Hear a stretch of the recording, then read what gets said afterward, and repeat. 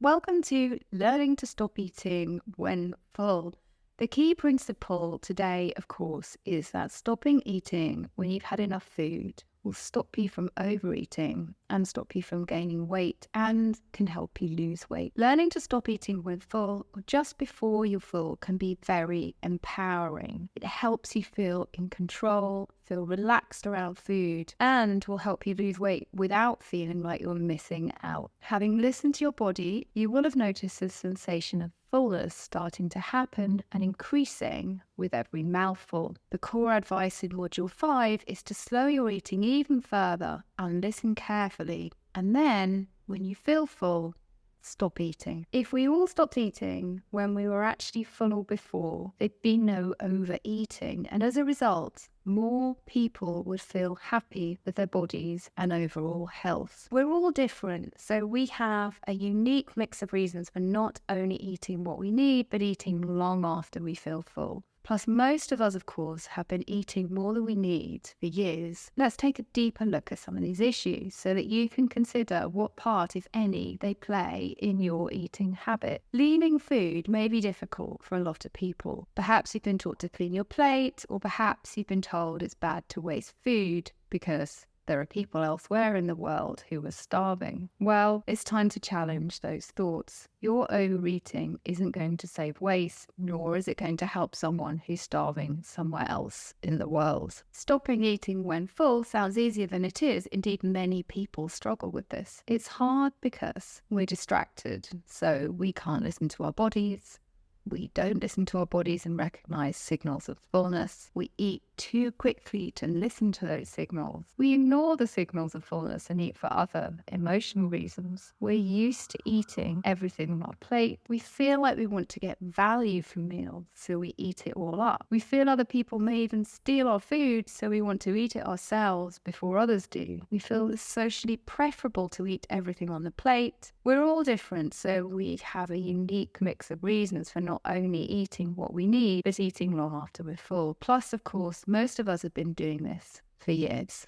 Today, we take a deeper look at some of those issues so that you can consider what part, if any, they play in your eating habits. Leaving food is not a bad thing to do. Leaving food may be difficult for a lot of people. Eating out makes all the issues around stopping eating harder. For a start, eating out for many of us is special, it's a treat. We're conditioned to feel that we're entitled to eat more when we're eating out because of this. Portions are larger, which presents a difficulty. Unless we're trained in the art of eating slowly and stopping when we're full, it's likely that we'll overeat when out and about. Plus, then there's the psychology of the fact that you've paid more for the food, so you want to get value by eating it all up as opposed to leaving it. We need to break that thought if we're to learn to stop eating when full while eating out. Of course, it is possible to stop eating when full in a restaurant. It really is. The Eatiful method can be done anywhere and should be done wherever you eat every day. At first, even if you've mastered it at home, eating slowly and leaving food on your plate when you're eating out may seem alien to you. It may seem awkward. You can, of course, order smaller meals or starter, appetizer dishes or portions if you can. One thing to remember is that no one's judging you. Really, they're not. People who work in restaurants have seen it all, from people who eat everything to people who leave a lot behind. They don't mind, really.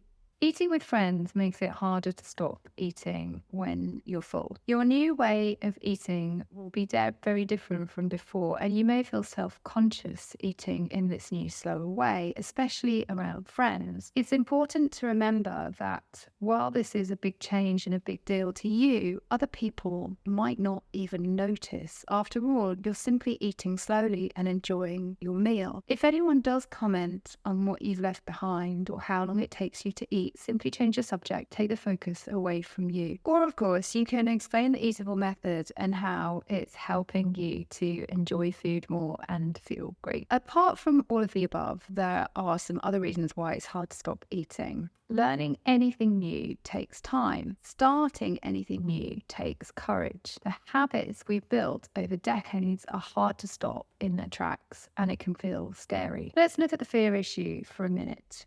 It's scary. Really?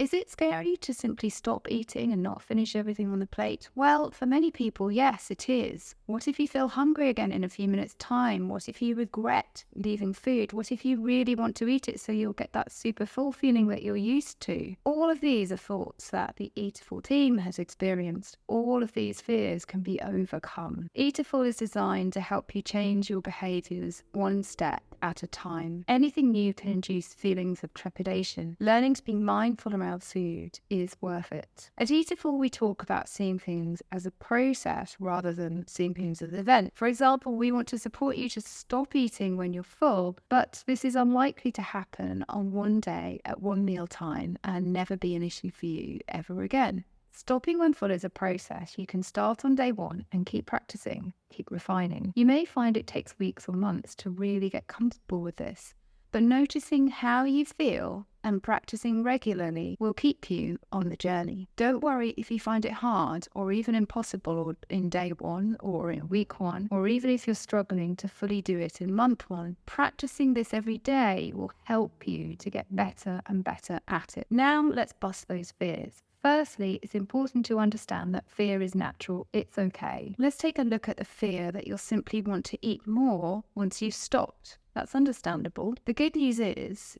that you can eat more if you like. If you get to the point where you feel full and you stop eating, then after a minute or two you realise that you are in fact still hungry, you can and should eat more food. If you wait a while and realise that you're not hungry, then you won't want to eat more food. So there's no harm in stopping and pausing, or simply pausing for a minute or two to see how you really feel. If you're worried and that you'll feel like you're missing out by leaving food, then we need to revert back to why we're doing this. The Eatiful method is designed to help you enjoy eating, and part of that is about being in control. Instead of feeling afraid that you won't be in control of what you eat, know that this process is about putting you in control of what you eat. And by being in control, eating will be more enjoyable. If you're afraid that you wish you hadn't eaten it because it's delicious, don't worry. We're compelled to eat delicious food when we're hungry, but not when we're not. If we had to eat everything just because it was delicious, many of us would be eating all day long. Allow your hunger and the signals from your body to tell you what's the right thing to do. And remember, fear is a natural part of doing something new. Associating stopping eating with feeling great. Stopping eating helps you achieve your goal. Stopping eating is what puts you in control of food, and being in control helps you feel great about yourself. Recap these facts to really embed them into your routine. Remember, stopping eating equals control, equals feeling good. While we consider how bad we feel about certain things, we often don't stop to think about how good we feel about things. Eatiful is designed to help you recognize all sorts of new feelings and associate the good feelings with positive behaviors when you eat. It's important that you spend some time thinking about how good stopping eating makes you feel. Maybe you feel great when you stop eating. Maybe you feel mixed emotions, or maybe it feels scary at first. We've created an exercise that allows you to explore these feelings. It's a series of journaling prompts designed to get you to really think about how good this new activity feels. Complete the How I Feel worksheet. What to do today? Learn to stop eating. Our tactic in this module is to build your confidence so you know when you're about to stop, you stop and feel great about it. But this is about building confidence, and building confidence takes practice. When you start to feel full, slow your eating, listen carefully to your body, and then when you feel full, stop eating. It sounds simple, and it is. Find time this week to complete the Time to Stop questionnaire. It asks questions about how you feel when you stop eating and helps you reflect on how good you feel when you do. Print out the Time to Stop checklist, put it somewhere you'll see, and use it as a handy reminder. We hope you've enjoyed the Stopping Eating module. This stuff's really powerful.